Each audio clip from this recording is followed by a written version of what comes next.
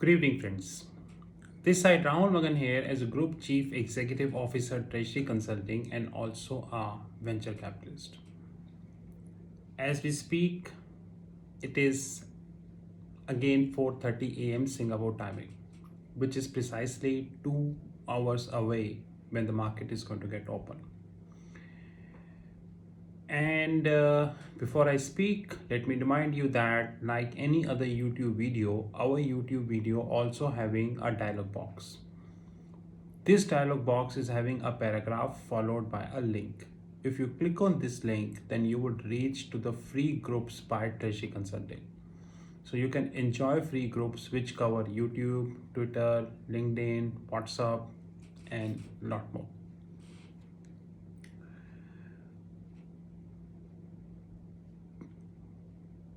Nowadays, there are many news which are circulating in Indian media, and I think the list is very long. Like one is Amazon got a relief in Singapore, whereby the Singapore International Arbitration Center put a hold on the deal. And when I speak about the deal, the value of the deal is 25,000 crores plus. Mr. Ambani is definitely exploring the counter action. Only the time will tell. Another issue is Lava. They are planning initial public offer probably this year, maybe early next year. And this time I'm a little conducive. And third is definitely the coronavirus, which are rising. Like today, when I was watching Bloomberg, I got to know that the hospitalization in Europe is like, and US is also registering around 80,000 plus cases in a day. Amongst all these news, there is one thing which is grabbing my attention. Of course, soon I would be uploading a very good video on Amazon versus Reliance arbitration case. I can even shoot video today, but I'm not shooting because in the whole series there is a link which is missing.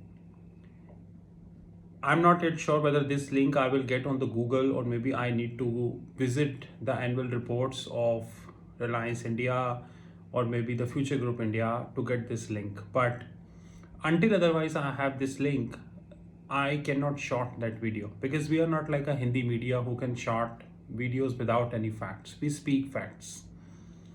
So definitely this video, which is Reliance versus Amazon covering Future Group, is on my radar. And arbitration from a financial angle, and especially this is an arbitration case covering M&A, and that too cross-border M&A, inland M&A. So that is definitely a very interesting thing to understand, to be honest. But from the last 2 to 3 days, there is something which is happening in the Indian market, which is that the bank nifty is more or less flat or 100-200 points up.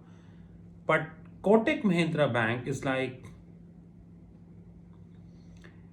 earlier we shot a video that how Kotak Mahindra Bank and IndusInd Bank merger ends up as a cartel, which may or might not competent enough to beat HDFC in India, because HDFC is having HDFC Bank, HDFC Corporation, HDFC AMC, HDFC Life, and more importantly, there are many other setup.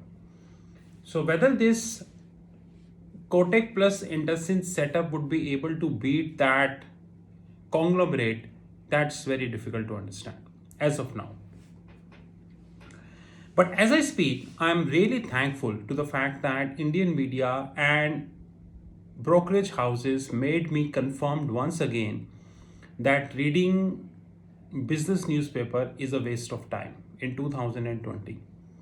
But I'm reading business newspaper every day. In fact, I read 3 business newspaper every day because I always wanted to make sure that what they are, putting as a content is seriously a worthless content. Like there is an article which suggests that Kotak Mahindra Bank tops ICICI as the profit source.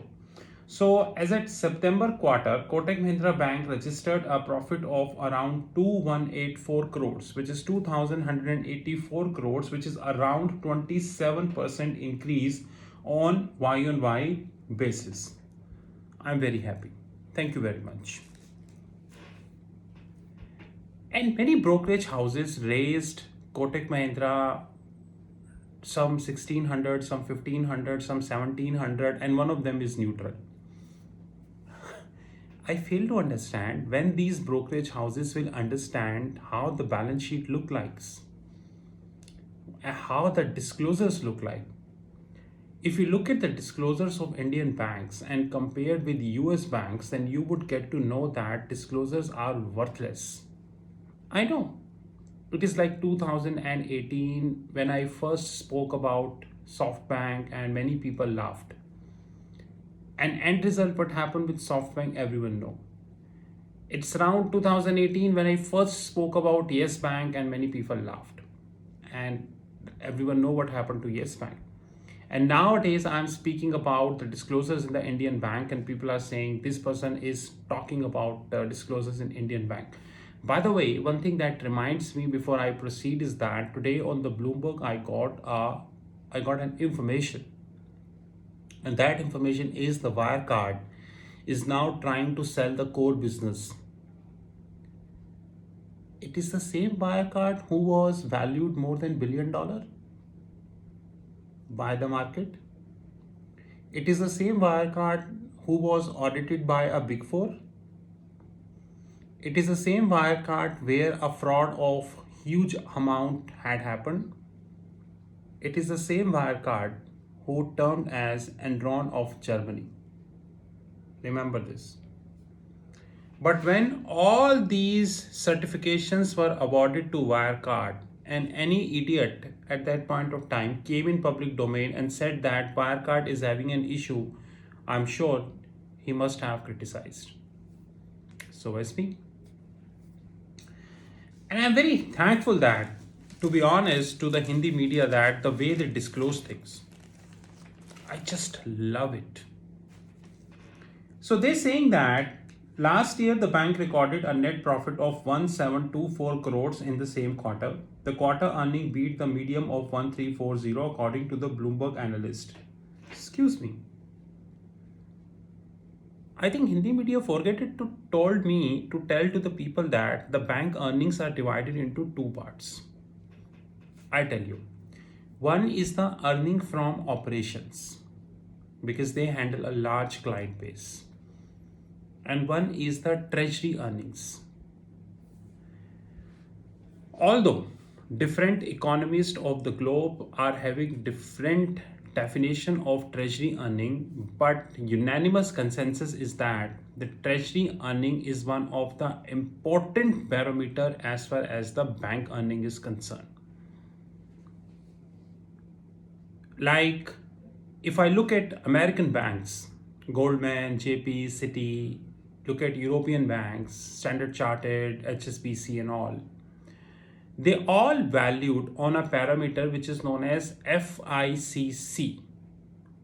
What is this? Fixed income, currencies and commodities. And our hedge fund desk also valued our performance on FICC because this is a global benchmark. So I think Hindi media forget to told people that if a bank reports a net profit, assuming this is 2184 crores compared to 1724 crores of last year, then this profit is divided into two parts. One is the contribution from operations and one is contributions from treasury income. By the way, I would like to take an excuse because I'm forced to use a word which is treasury income because actually it is FICC. And I apologize, I'm using a word treasury income because being worked in an American company, I should have used FICC, which is a right benchmark. But I'm not getting the word FICC anywhere. And who wrote this article? Gopa Kapoor. from Live Mint.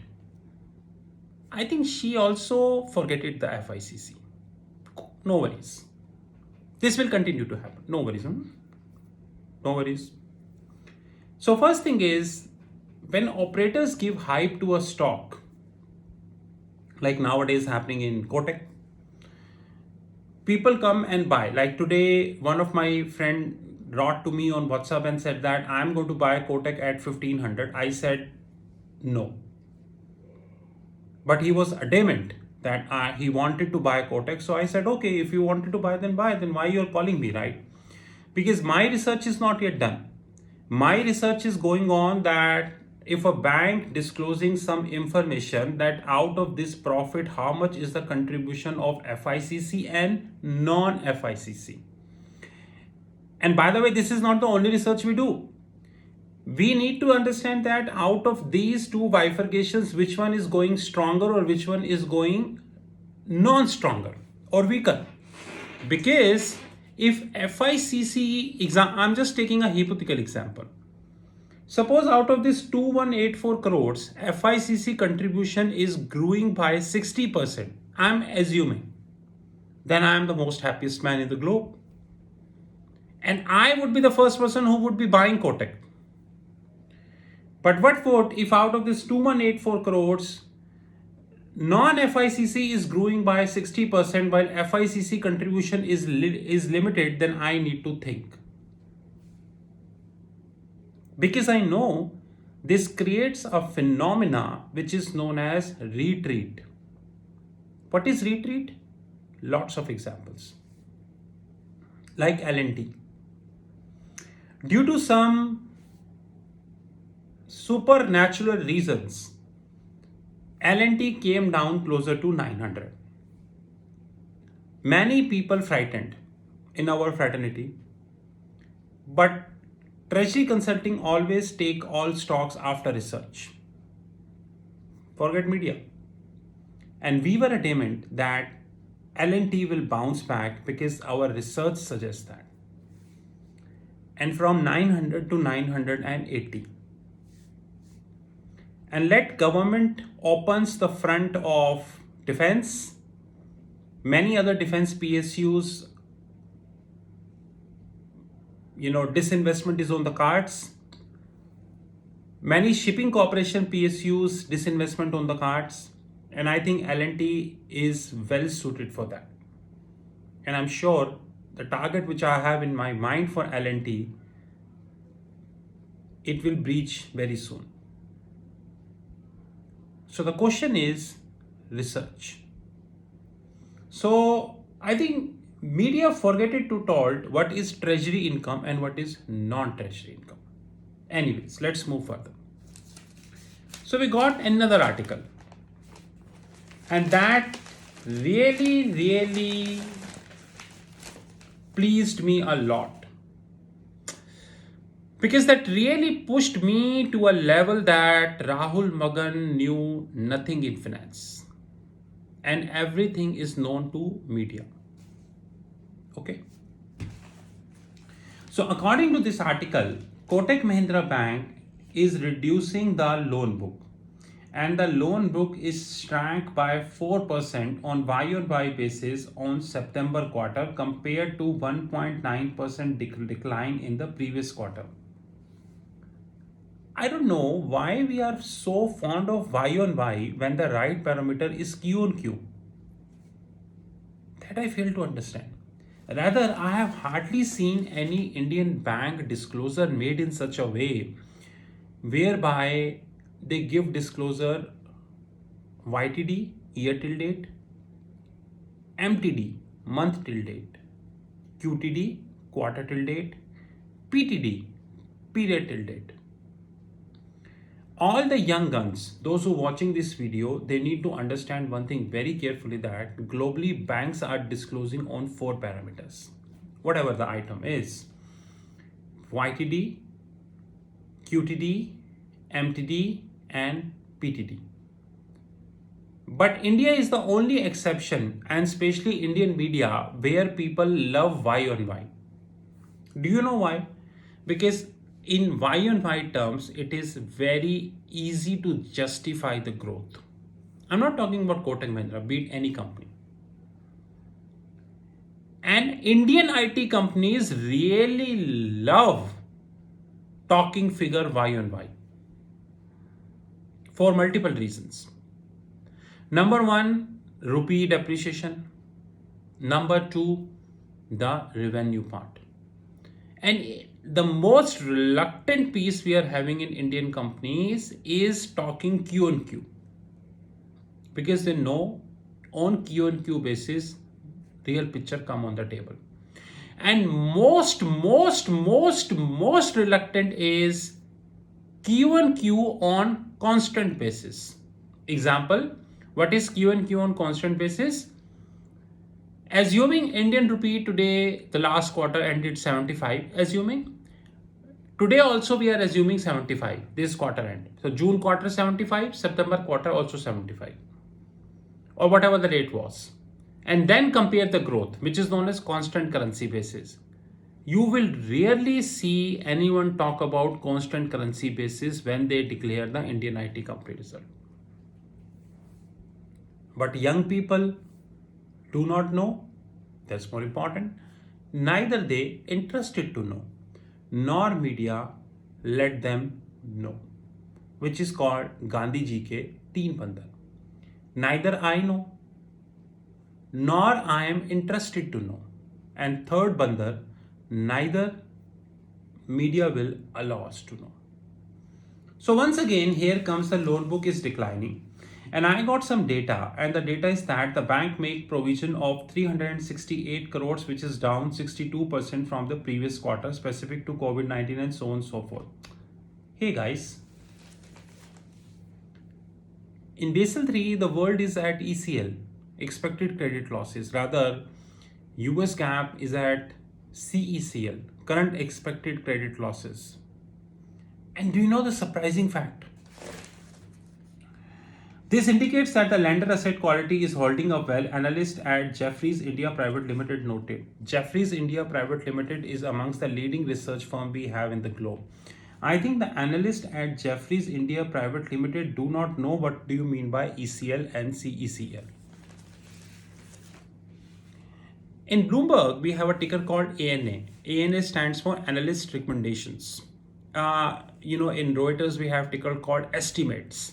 So both platforms give different way of representation, but more or less they are giving the same answer. And when I see the people, these recommendations, I always wanted to see the success rate, which I never get.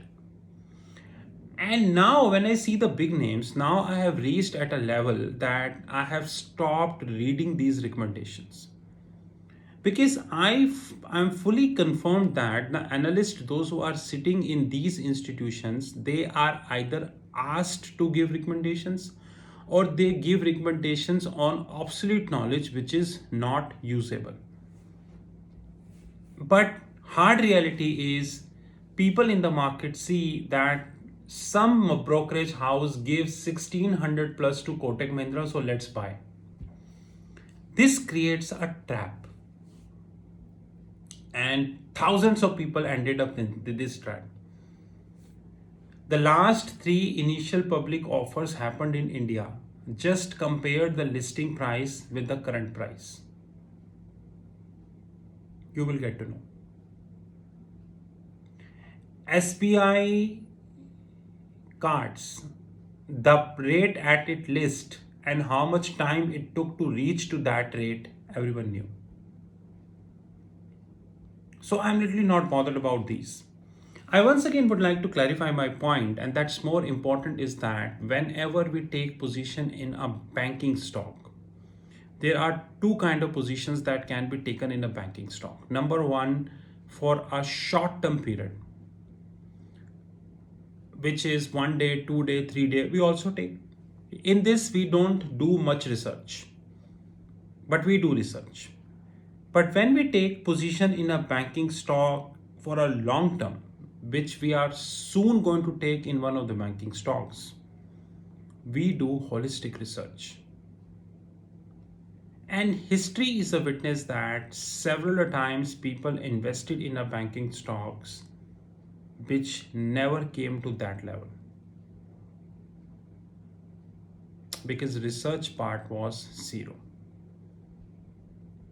And I'm sure you are getting which stock I'm referring to. And guys, let me assure you one thing very clearly before I close this video. COVID-19 not yet over. Supreme Court yet to take a call on the moratorium decision. If I'm not mistaken, the next hearing is somewhere in November. Exact date I do not know, but somewhere in November. The impact of the Supreme Court judgment on the moratorium not yet clear as yet. Government is yet to announce the fiscal stimulus, and what maximum they can announce we understand, because tax crunch is there and there is a hell lot of negativity we have around.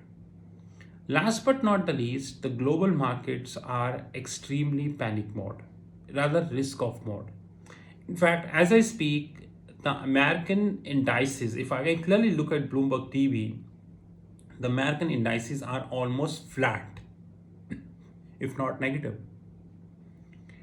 There are many factors which are still there before us who are powerful enough to swing the banking stocks, which is Bank Nifty. And it's not about Kotak Mahindra, it's about all Indian banks. We need to understand that disclosure is most important thing. And we need to understand that there are many cases in the history in that regards. And we are doing research on almost all banking stocks, and very soon we will take up positions for long term.